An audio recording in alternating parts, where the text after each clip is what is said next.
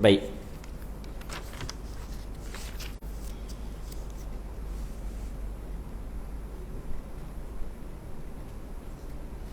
Kita muka surat 6.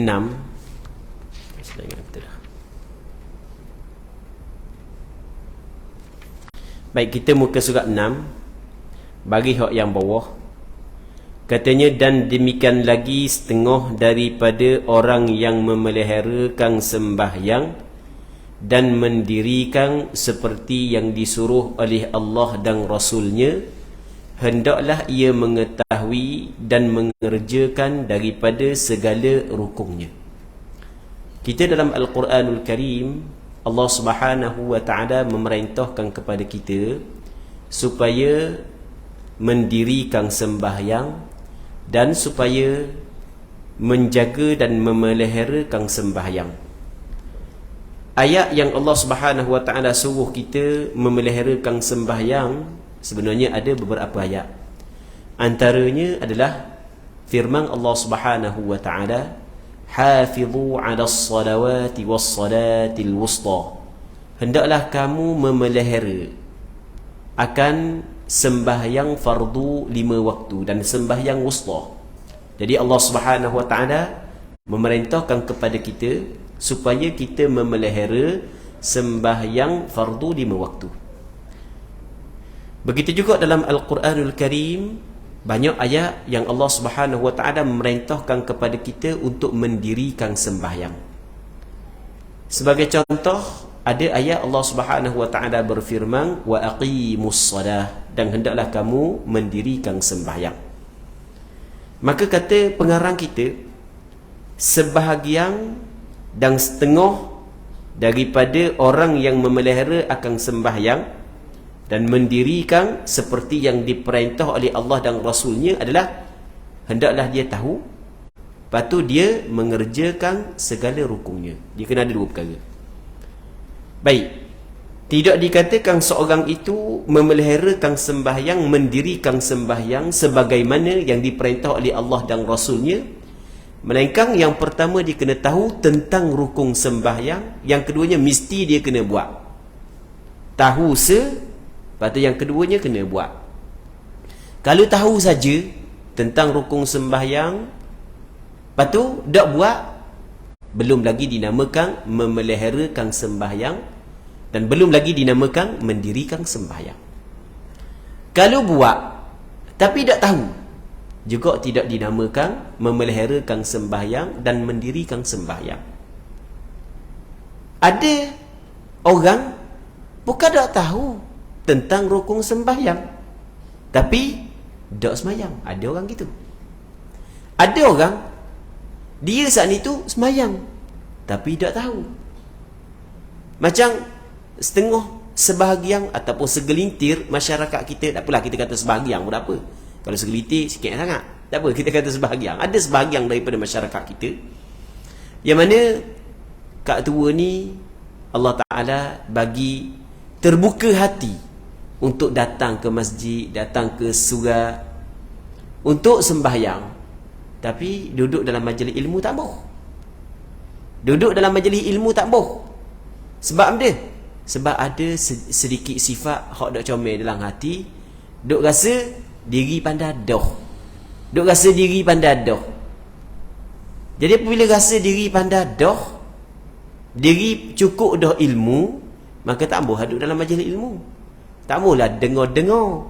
Sedangkan benda tu melibatkan pengetahuan tentang ibadat mereka itu sendiri. Jadi semayang kalau semayang, semayang. Tapi pengetahuan tu tak ada. Pengetahuan tu tak ada. Masih lagi belum dikatakan dia mendirikan sembahyang. Masih lagi belum dikatakan dia memeliharakan sembahyang. Untuk dikatakan seorang itu mendirikan sembahyang, memeliharakan sembahyang, hendaklah dia mengetahui satu dan mengerjakan, tahu dan buat daripada segala rukun sembahyang. Okey, dia kena tahu rukun sembahyang satu-satu, lepas tu dia kena buat pula. Maka sebelum daripada pengarang kita nak cerita benda hak yang lebih panjang lagi, nak cerita dulu tentang rukun tu benda.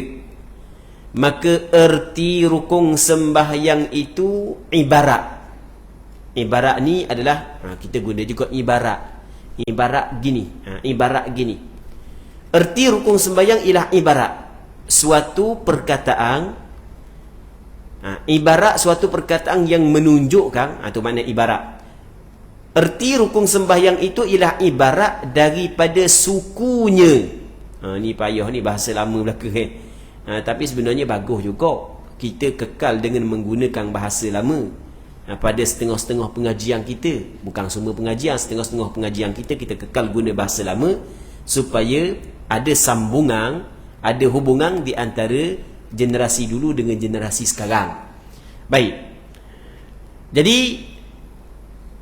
ibarat daripada sukunya. Apa benda suku?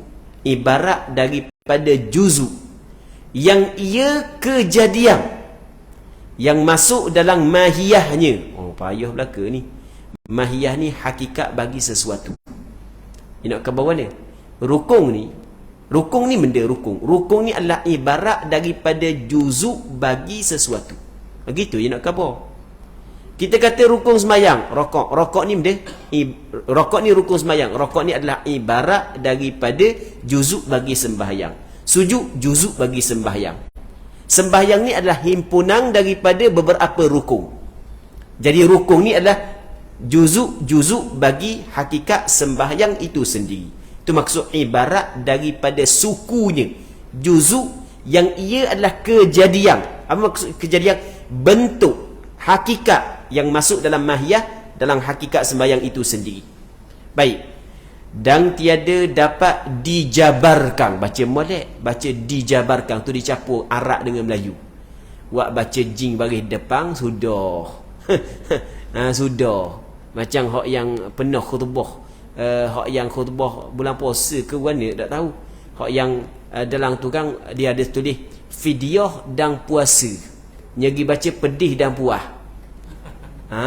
Selok. Tak ada bagi. Jadi hak yang asal fidyah. Mana sabarlah baca pedih. Lepas tu puasa dah pedih, lawan dia puah. Abang molek jeng. Baik. Dah kadang-kadang kita pun kena juga, kadang-kadang kita baca kitab Jawi ni nak baca kat mana ni, silap juga kadang-kadang. Warna kita pun. Baik. Dia kena baca ni. Dan tiada dapat dijabarkan, tiada dapat dibaiki dengan sujud sahwi. Rukun dia tidak boleh nak baiki dengan sujud sahwi. Dia rukun tak boleh nak baiki dengan sujud sahwi. Saya tinggal Fatihah tadi. Lepas tu saya masa hujung sembahyang tu saya sujud sahwi lah. Lepas tu saya salang lah. Tak boleh. Sebab Fatihah tu rukun sembahyang. Jadi awak kalau tinggal Fatihah, tertinggal Fatihah, awak kena tambah rakaat selagi. Sujud sahwi tu sunat lah. Tapi sujud sahwi kita sujud tu dia tidak boleh untuk membaiki rukun. Untuk menjadi pengganti kepada rukun tak boleh. Tu kita kena faham. Tiada dapat dijabarkan, dibaiki dengan sujud sahwi.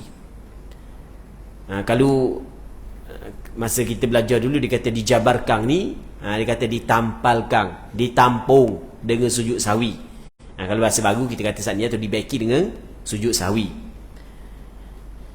Dan segala sunatnya, segala sunat saat ni tu kalau orang belajar ilmu tata bahasa Arab, dia berkait ataupun ataf pada kata segala rukunnya. Mesti dia kena tahu dan buat segala rukun sembahyang dan segala sunat sembahyang. Dia kena buat belaka. Sebab orang yang tak buat sunat ni, dia orang tu tidak melakukan perintah. Sebab sunat-sunat juga benda yang diperintah. Tu kita kena faham, sunat ni adalah benda yang dituntut. Baik. Dan segala sunatnya, maka barang yang dijabarkan, baca molek tu, maka barang yang dibaiki dengan sujud sahwi daripadanya, daripada segala sunat, hak tu nama dia sunat ab'ad. Nama dia sunat ab'ad. Biasa kita baca laju je. Sebab dia kalau kaedah yang kita baca pada malam ni cara kaedah orang belajar pondok belajar gini lah. Tapi kita biasa kalau baca untuk masjid kita baca laju je. Lepas tu kita hurah je lah. Tapi kalau kaedah baca pondok macam yang kita khabar tadi. Kita belajar, masa kita belajar dengan guru kita dulu, dia baca gitu lah, se. Kalau orang-orang Kelantan dia kata baca seko-seko. Baik. Katanya, dia kata mana? Maka barang ni maksudnya maka perkara yang dijabarkan. Yang dijabarkan maksudnya yang dibaiki dengan sujud sahwi daripada segala sunat. Jadi kalau benda sunat saat itu ditinggalkan, maka dia saat itu perlu dibaiki dengan sujud sahwi. Hak tu nama dia sunat ab'ad. Baik, hak tu sunat ab'ad. Dan barang yang tiada dijabarkan dengan sujud sahwi dinamakan hai'ah. Tu dia cerita gitulah. Dia ada sunat ni, dia terbahagi kepada dua. Yang pertama ni sunat ab'ad, yang keduanya sunat hai'ah. Kita nak tahu perbezaan di antara sunat ab'ad dengan sunat hai'ah lagu mana? Mudah je, kata dia. Ukuran dia gini. Kalau sunat tu apabila ditinggalkan ataupun apabila tertinggal, maka dituntut kita baiki sunat yang kita tinggal dengan sujud sahwi, maka tu nama dia sunat ab'ad. Kalaulah tidak dituntut untuk kita baiki sunat yang ditinggalkan dengan sujud sahwi, maka sunat tersebut dinamakan sebagai sunat hai'ah. Tu gitu je.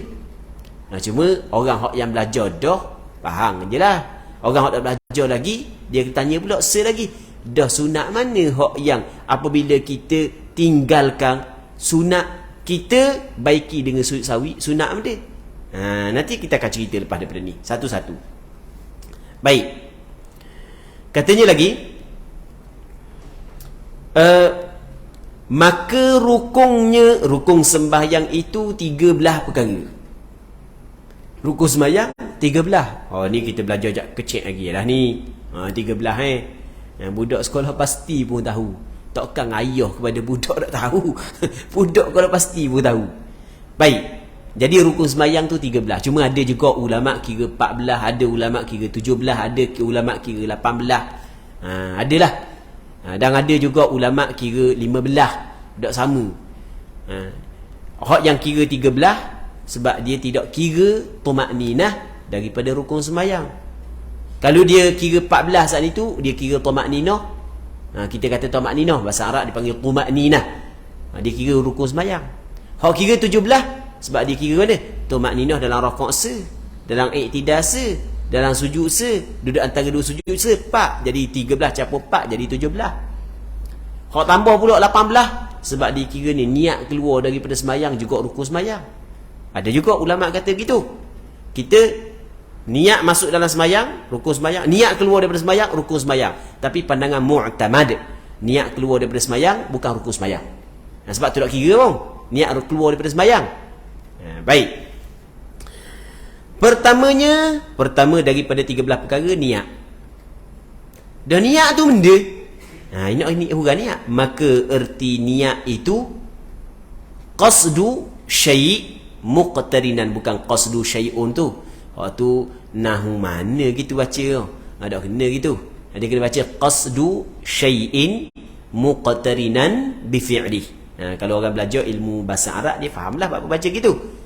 Qasdu syai' muqtarinan bi fi'li. Maksud dia menyahajai akan sesuatu. Kita tak faham lagi apa makna menyahajai akan sesuatu. Maksud dia menyahajai akan sesuatu, qasad sesuatu. Maksud dia kehendak yang ada dalam hati kita untuk melakukan sesuatu. Itu makna qasad. Kehendak dalam hati untuk melakukan sesuatu.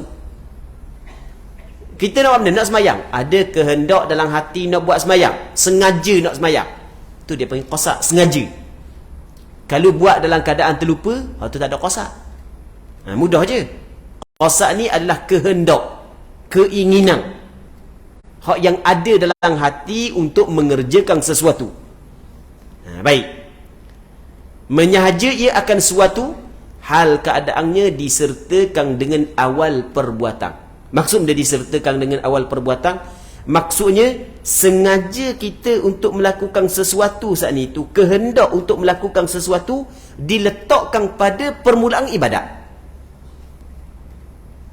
Maksud dia Maksud dia, kalaulah ada niat di rumah untuk semayang masa tunggung, daripada tangga rumah ada niat untuk semayang, siapa mari Tok Imam akak takbir, kita pun akak takbir belakang Tok Imam, dalam keadaan kita tak sedar kita buat benda masa kita akak takbir, sebab dalam kepala banyak sangat mikir, maka tak jadi.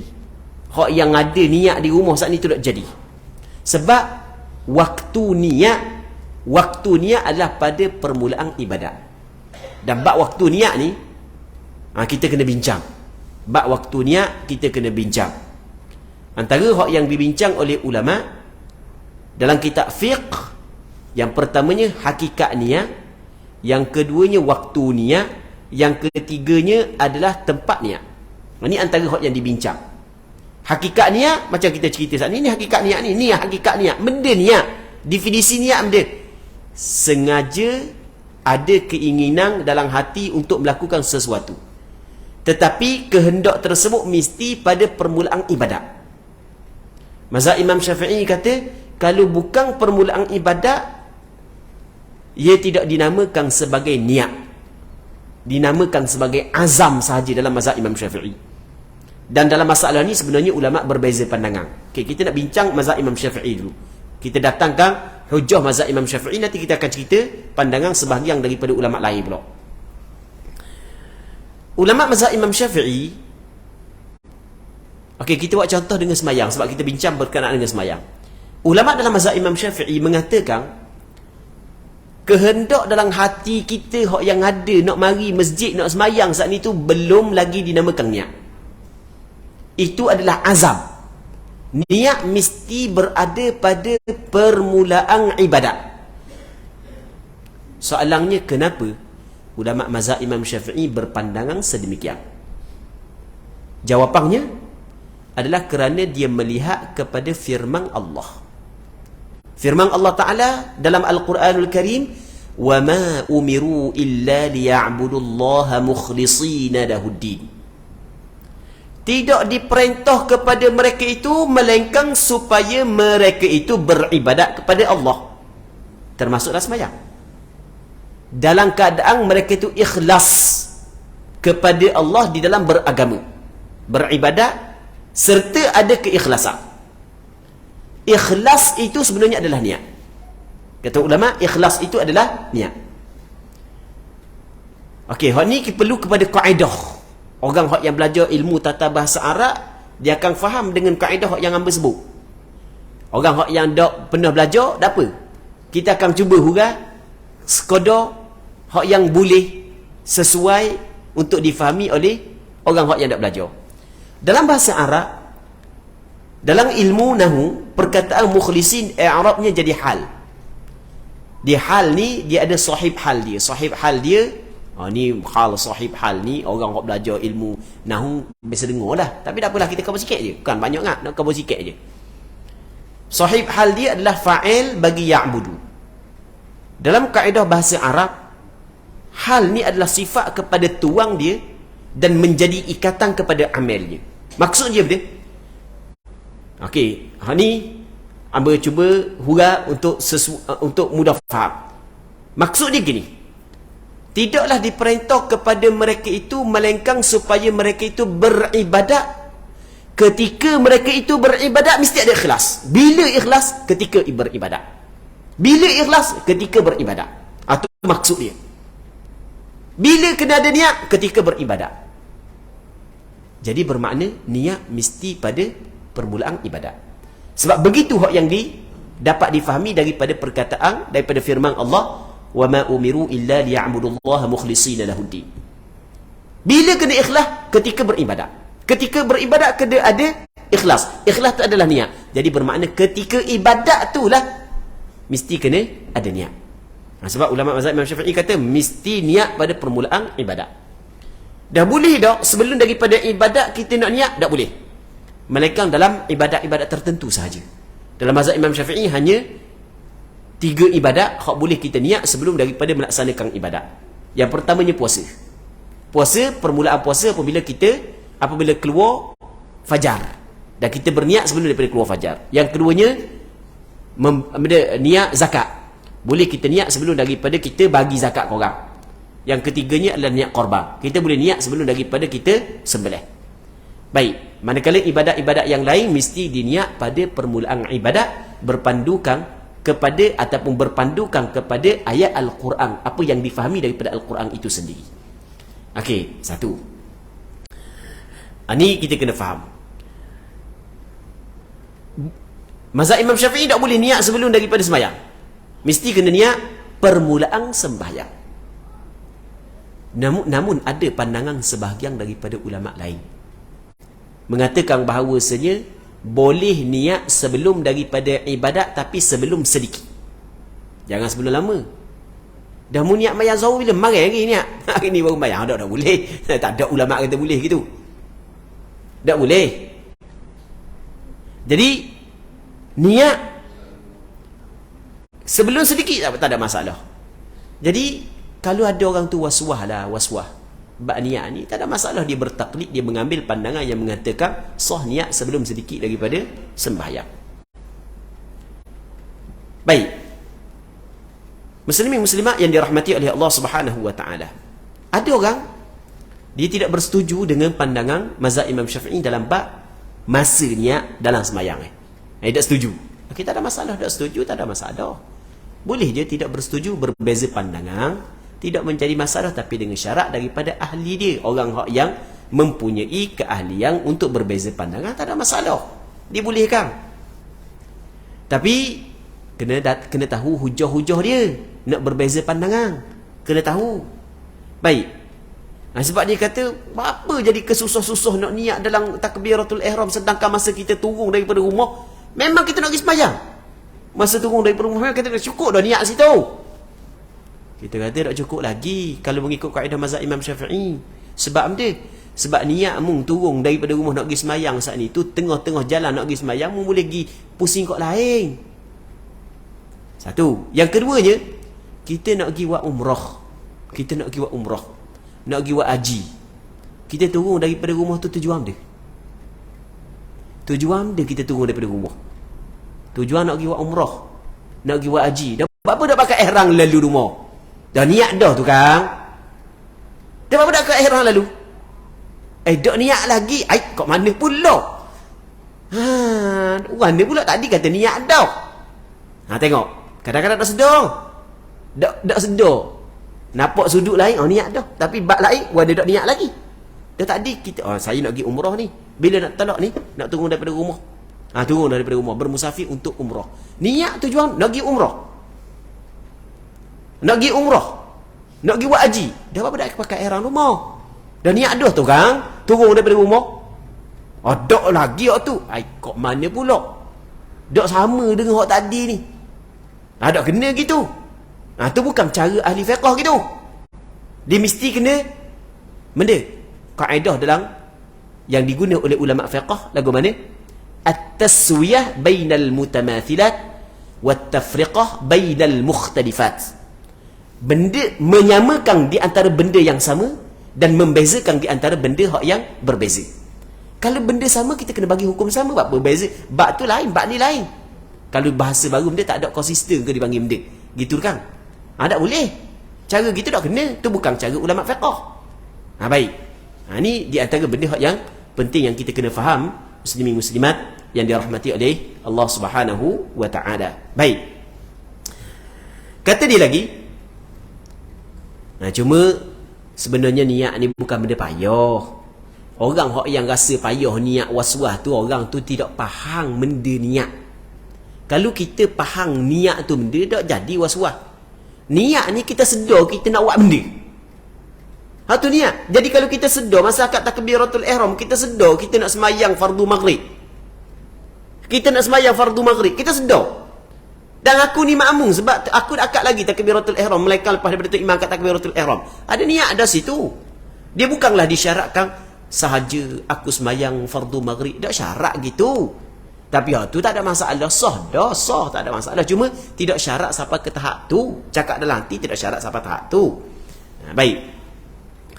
Lepas tu katanya, maka tempatnya niat itu pada hati. Tempat niat adalah hati. Ni berlaku sepakat ulama, tak apa ada khilaf. tempat niat adalah hati. Mulut bukan tempat niat. Sebab itulah kalau mulut kata lain, hati niat lain, kira hak dia hati. Mulut tak kira. Mulut tak kira. Jadi pelik tu imam hari tu nyebahang nawaitu sauma ghadin an ada'i fardhi syahri Ramadan semaya isyak lagi. Contoh, kata imam ni contoh je. Bahang nawaitu sauma ghadin tak sekarang. Makmum kejut belakang. Cerelong makmum. Niat puasa tak sekarang dalam mulut-mulut nawaitu sauma ghadin Allahu akbar. Allah makmum kata patang tu imam warnanya niat puasa semaya tu kotak ya habis. Baik. Lepas sembahyang tanya tu imam dah warna niat puasa. Tu imam kata mulut je nawaitu sauma ghadin. Hati sembahyang. Maka kira mana? Kira hati. Sebab tempat niat adalah hati. Mulut ni bukan tempat niat. Kalau mulut usalli fardaz zuhri 4 rakaatin, tapi hati niat lain tak sekarang. Niat puasa dalam hati. Tu tak jadi. Walaupun mulut niat sembahyang, sebab tempat niat adalah hati bukan mulut. Itu maksudnya. Maka tempat niat itu pada hati. Tempat niat adalah hati. Katanya, maka jika adalah sembahyang itu fardu yang lain daripada Jumaat dan qasa, selain daripada sembahyang qasa, hendaklah ia mengqasakkan dengan hatinya, hendak mengerjakan sembahyang dan ta'arrudkan fardunya dan ta'ayyunkan. Ta'ayyun pun tak apa, ta'yin pun tak apa. Tapi yaksa kita baca ta'ayyun lah. Kalau iwak ya dua kita baca ta'yin. Tapi biasa dalam kitab-kitab Arab dibaca dengan ta'yin. Dan ta'ayyunkan waktunya. Maka yang tiga ini dinamakan qasak dan ta'arrud dan ta'ayyun ataupun ta'yin. Okey, untuk mudah perbincangan ni, kita bahagikan sembahyang kepada tiga. Kita ada sembahyang fardu, kita ada sembahyang sunat yang mempunyai waktu dan sunat yang mempunyai sabab. Yang ketiganya kita ada sembahyang sunat mutlak. Okey, kita bagi kepada tiga. Yang pertama sembahyang fardu. Sembahyang fardu zuhur, asar, maghrib, isyak, subuh. Ni sembahyang fardu. Yang keduanya sembahyang sunat yang mempunyai waktu. Sembahyang sunat rawatib adalah sembahyang sunat yang mempunyai waktu. Sembahyang sunat yang mempunyai sabab. Sembahyang sunat hari raya puasa, hari raya haji, sembahyang sunat gerhana, sembahyang sunat minta hujan. Itu sembahyang sunat yang mempunyai sabab. Yang ketiganya sembahyang sunat mutlak. Sembahyang sunat mutlak ni tidak mempunyai waktu dan tidak mempunyai sebab. Okey.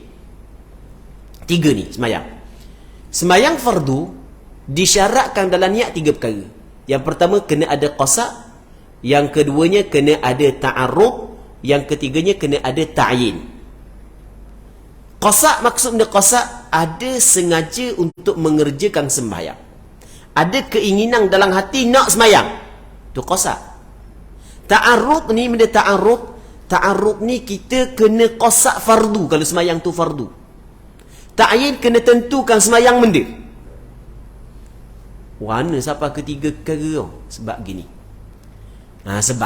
Sebabnya kita ada hadis. Rasul kata mana?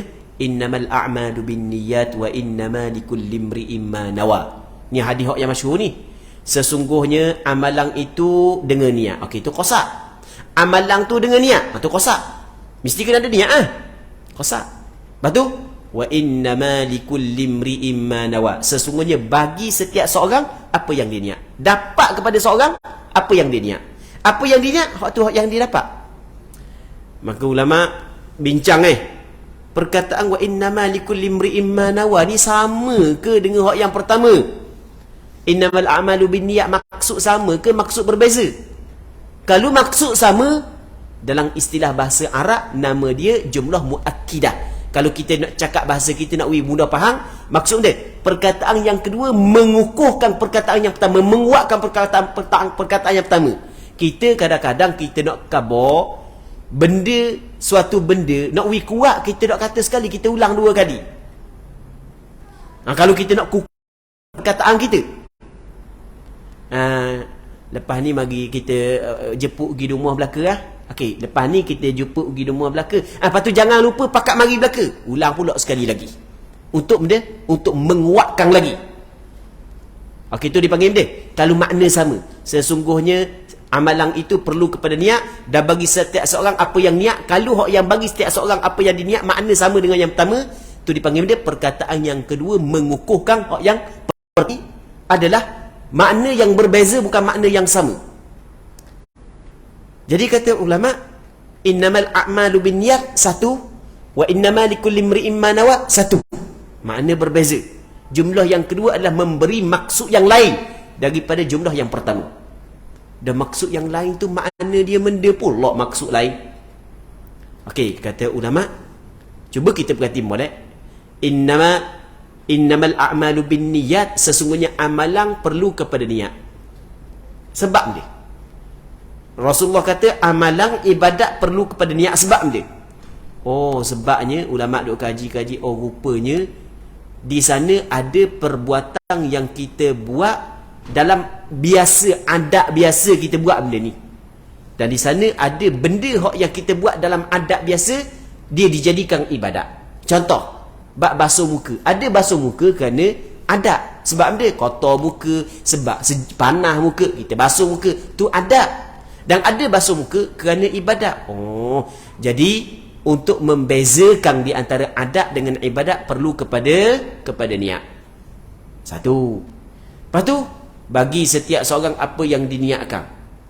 Oh, jadi di sini hak yang kedua ni adalah untuk membezakan antara martabat ibadat itu sendiri. Hak sani untuk membezakan di antara adat dengan ibadat, yang keduanya untuk membezakan di antara martabat ibadat. Oleh kerana martabat ibadat ada hak yang fardu, ada hak yang sunat. Tapi setiap ibadat saat itu mesti, setiap ibadat, kalau sebut kata ibadat, benda yang dituntut. Tapi tuntutan kadang-kadang tuntutan sunat, rendah sikit, kadang-kadang tuntutan wajib. Jadi untuk membezakan di antara tuntutan sunat dengan tuntutan wajib, dalam bab sembahyang fardu mesti kita kena niat fardu. Dalam bab sembahyang sunat tak perlu niat sunat. Sebab dia tak perlu niat sunat, sudah pastinya ibadat itu adalah dituntut. Cuma tuntutan sunat ke tuntutan wajib ke, tu tak sama. Ada kala tuntutan wajib, ada kala tuntutan sunat. Jadi untuk sembahyang sunat tak perlu niat sunat, kerana ia dituntut. Cuma tuntutan tinggi ke tuntutan rendah, hak tu tak tahu. Yang membezakan adalah niat. Maka mazhab Imam Syafi'i kata, kalau bab sembahyang fardu mesti kena niat juga fardu selagi. Sama juga sembahyang fardu, ada hak zuhur, ada hak asar, ada hak yang diulangkan, ada hak yang muaddah. Jadi ada beberapa jenis sembahyang fardu. Maka untuk membezakan jenis-jenis tersebut, maka kita kena niat juga waktu dia. Okey. Jadi kesimpulan, apabila kita hadirkan dalam hati kita perkataan ni, maksud ni, aku sembahyang fardu zuhur, maka sudah memadai niat untuk sembahyang fardu. Aku sembahyang tu qasad, fardu hak tu ta'arud, zuhur hak tu dipanggil ta'yin. Aku sembahyang fardu isyak, sudah memadai dah. 3 tu sudah memadai. 4 rakaat hak tu tak wajib. Bilangan rakaat tidak diwajibkan. Tunai qada tidak diwajibkan. Kerana Allah Ta'ala tidak diwajibkan. Sebab setiap ibadat memang kerana Allah, bukan kerana manusia. Tunai dengan qada tidak diwajibkan, bilangan rakaat tidak diwajibkan. Yang penting 3 tu untuk sembahyang fardu. Sembahyang sunat kena tengok sunat dia. Kalau sunat yang mempunyai sebab, contoh macam kita kau tadi lah, sembahyang sunat gerhana, sembahyang sunat hari raya, okey, itu kerana yang mempunyai sebab, maka kena ada 2 perkara. Sama juga sembahyang sunat yang mempunyai waktu, sembahyang sunat rawatib, kena ada 2 perkara. Yang pertamanya kena qasad, aku sembahyang.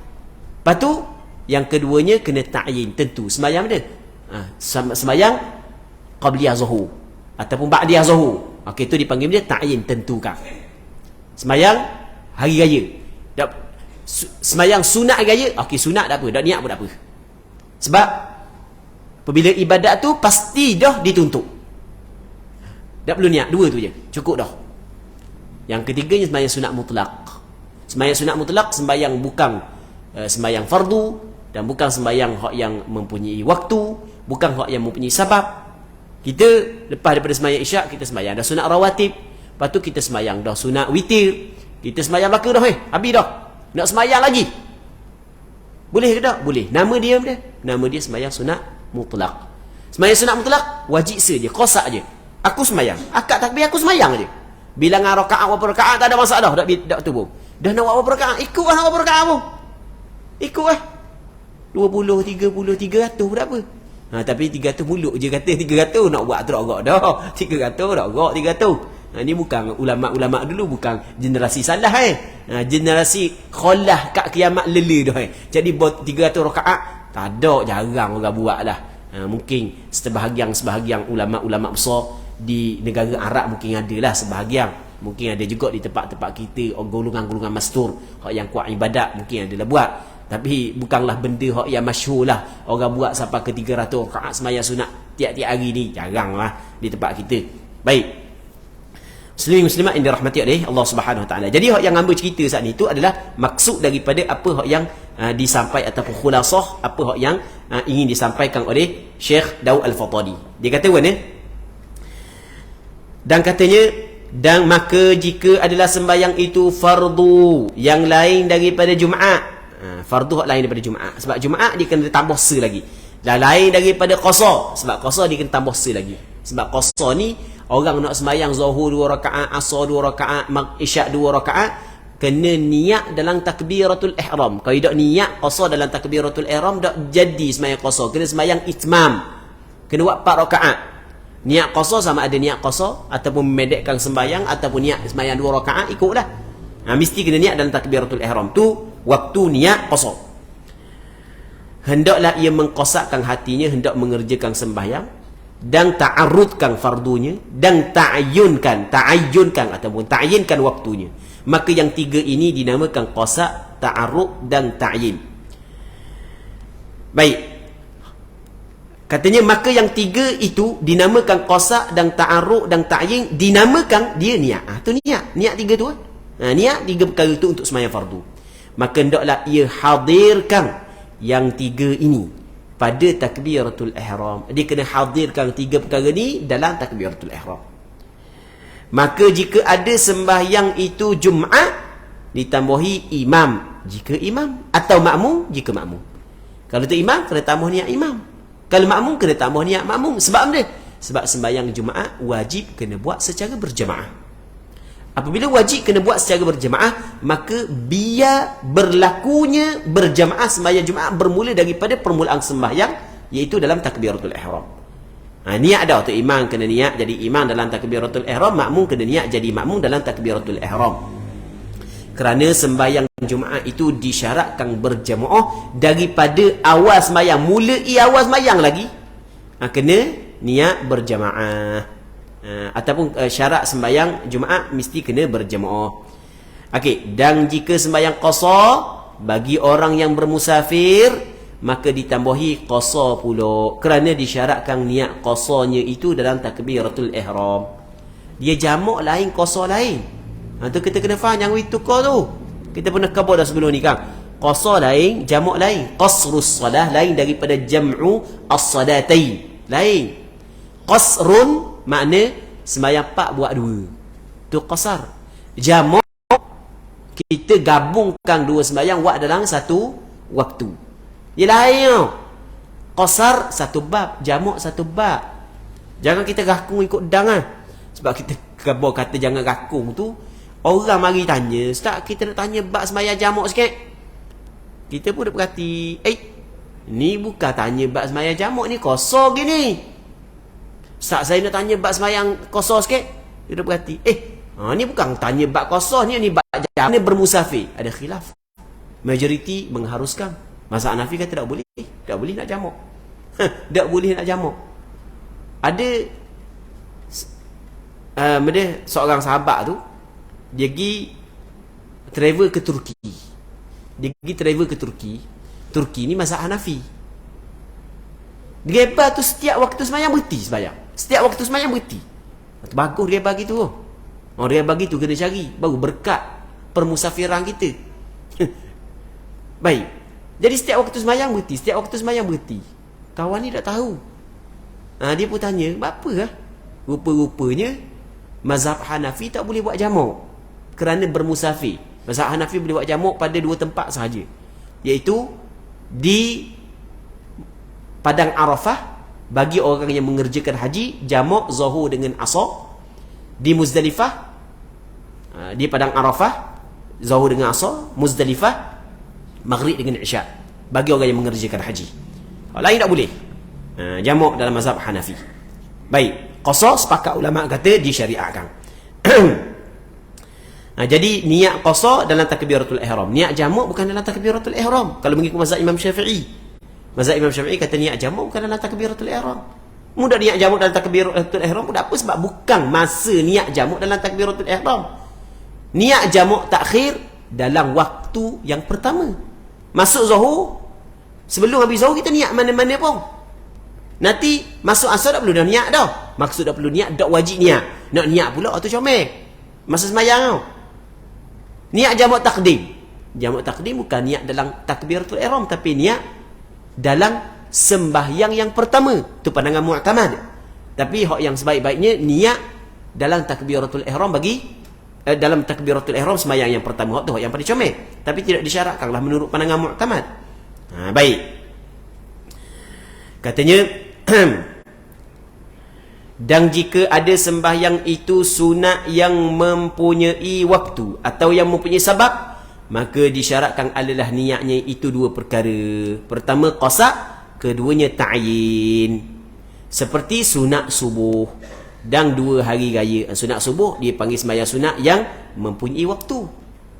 Kita nak sembahyang sunat subuh, sunat fajar, mesti kena keluar fajar dulu. Masuk subuh dulu baru boleh kita sembahyang sunat fajar. Tu terikat dengan waktu. Dah 2 hari raya. Dah hari raya tak boleh. Hari raya baru boleh. Dan sunat gerhana matahari ke bulan. Seperti hadirkan dalam hati, aku sembahyang gerhana matahari atau gerhana bulan, atau aku sembahyang hari raya Adha atau fitrah. Baik. Dan jika ada sembahyang itu sunat mutlak, sunat hak yang tidak diikatkan dengan waktu, sembahyang sunat yang tidak diikatkan dengan sebab, iaitu yang tiada mempunyai waktu dan sebab, maka memadalah niat satu perkara jua, iaitu benda qasar, hendak mengerjakan sembahyang.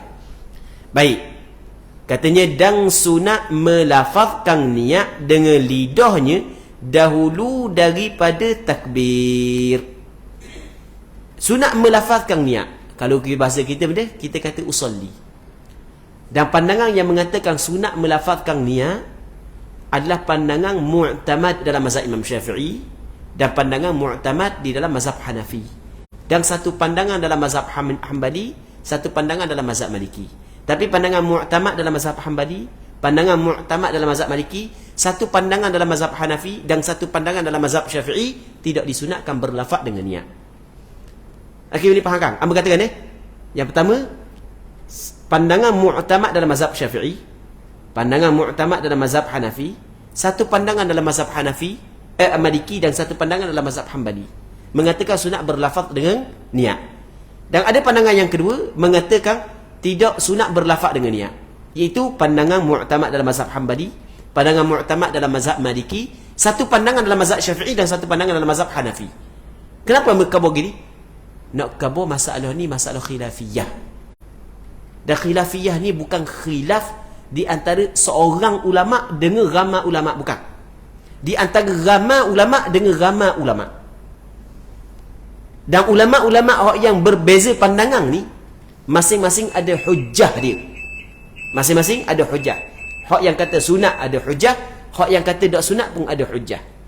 Jadi apabila ulama-ulama yang menjadikan dalil kepada hukum syarak Quran, hadis, qiyas dan ijma', mereka tidak meletakkan hawa nafsu di hadapan, bahkan setiap hukum yang dikeluarkan adalah berpandukan kepada dalil yang mereka faham.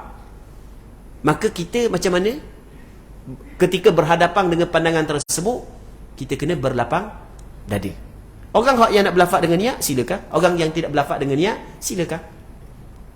Hamba sendiri walaupun bermazhab dengan mazhab Syafi'i, tapi hamba jarang berlafaz dengan niat. Bukan tak berlafaz langsung, jarang berlafaz dengan niat. Tapi orang nak berlafaz tidak menjadi masalah. Kadang-kadang kita berlafaz dengan niat. Dan alasan mazhab Imam Syafi'i berlafaz dengan niat disunatkan kerana benda? Kerana untuk membantu lidah akan hati, supaya lidah ni dapat membantu hati. Kadang-kadang benda yang kita sebut saat itu kita mampu untuk hadir dalam hati. Dan bukan bab niat saja. Lidah ni mampu membatu hati. Bukan dalam bab lain. Bab mana? Kita, mak kita, jadi tak ada bini lagi. Kita buat contoh mak. Mak kita suruh pergi beli barang. Kalau hak ada bini dah. Sebab sebab depan kita tak ada lagi, kita kata mak. Gitu. Okey. Gurau tu jangan rasa hatilah. Baik. Jadi kalau hak je ni tak ada bini lagi, kita kata mak dia suruh pergi beli barang. Kalau hak ada bini dah, bini suruh beli barang. Jadi kalau kita nak pergi beli barang, mak ingat masa kecil-kecil mak kita suruh pergi beli barang. Jadi kita pun dak tulis-tulis. Kita ulang 2-3 kali dengan mulut. Ulang supaya benda, supaya mulut ni membantu untuk kita ingat. Baik. Itu dia antara alasan yang dikemukakan oleh ulama mazhab Imam Syafi'i, sama juga ulama mazhab Hanafi, dan pandangan ulama-ulama mazhab yang sebahagian segelintir ulama mazhab yang lain yang mengatakan berlafaz dengan niat hukum dia adalah disunatkan. Baik. Katanya dan sunat berlafaz dengan niat dengan lidahnya. Dahulu daripada takbir, sebelum daripada takbir. Tapi jangan kuat sangatlah, slow-slow je. Kuat tu tak betul. Yang slow-slow je. Salli fardhu zuhri. Baik. Dah kalau tak mau pakai bahasa Arab, nak pakai bahasa Melayu pun boleh juga. Bukan mesti bahasa Arab. Sebab ulama sebut ada supaya membantu lidah akan hati. Apabila membantu lidah akan hati, dah kita niat dalam hati pun dengan bahasa Melayu, tak ada masalah kita. Aku sembahyang fardu zuhur. Boleh tak ada masalah dengan bahasa. Tapi jangan kuat-kuat, slow-slow dah. Slow-slow. Orang kata, dia ni warna benda sebut benda gitu. Padahal apakah sebut dalam hati je. Kita kata macam hak yang kita jawab tadi lah. Ada benda hak kita nak cakap, ada benda kita ulang dulu. Macam kita kata nak pergi nikah. Hak nikah dah ingat ke tak? Hak pergi nikah. Jadi nak pergi ni main kata dalam kereta nak sapa tu 2-3 kali terima nikah seorang. Aku terima nikahnya. Ingat okey dah. Depan tu imam, kena tu imam hak jadi nakal sikit 2-3 kali dak jadi lagi, dak sah setarang lagi. Tu imam hak jadi nakal. Kita kata hak nakal sebab kalau hak yang pandai sungguh, dak jadi 2-3 kali, cukup dah sekali. Sebab nikah ni dak mesti beradang macam hak yang puak kita buat tu, belah-belah jalan pun jadi dah. Kalau jelas dah lafaz ijab dan jelas lafaz qabul. Baik. Muslimin muslimat yang dirahmati oleh Allah Subhanahu wa taala. Dan sunat juga menyebut bilangan rakaat. Menyebutkan adat. Sebut ni maksud dia sebut. Sebut ni adalah niat. Sebut dalam hati, ingat dalam hati. Bilangan rakaat, adat atau qada. Adat ni untuk sembahyang yang disembahyangkan dalam waktu. Qada untuk sembahyang yang disembahyang dalam waktu. Dan mengidafatkan, menyandarkan bagi Allah, kerana Allah. Sunat belaka waktu. Seperti katanya usalli fardhu dhuhri 4 raka'atin adaan lillahi ta'ala, atau thalatha pada sembahyang maghrib 3, atau raka'atain pada sembahyang subuh. Baik, jadi untuk malam ni kita berhenti sini dulu. Kita berhenti pada bab keduanya, takbiratul ihram. Wallahu subhanahu wa ta'ala a'la wa alam. Lepas tu kita buka soalan sekejap kalau sekiranya ada. Ada tak nak tanya dia?